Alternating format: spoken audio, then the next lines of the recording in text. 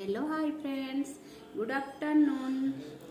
बनी ब्लॉग्स बनी पुणी एक वीडियो न्यू वीडियो आपण मानक स्वागत करुच्ची। जय जगन्नाथ। एमती अच्छा सांग मैंने भगवान कृपार समस्ते भल था। आज तो सुदशा व्रत प्राय समस्त लेडीजर उपास थी, मोर भी आज उपास से आज मोर खाइबार मंडा पिठा आउ फल भोग।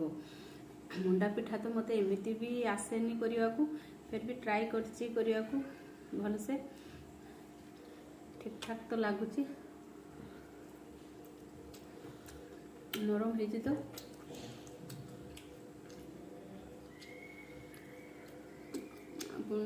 खावा।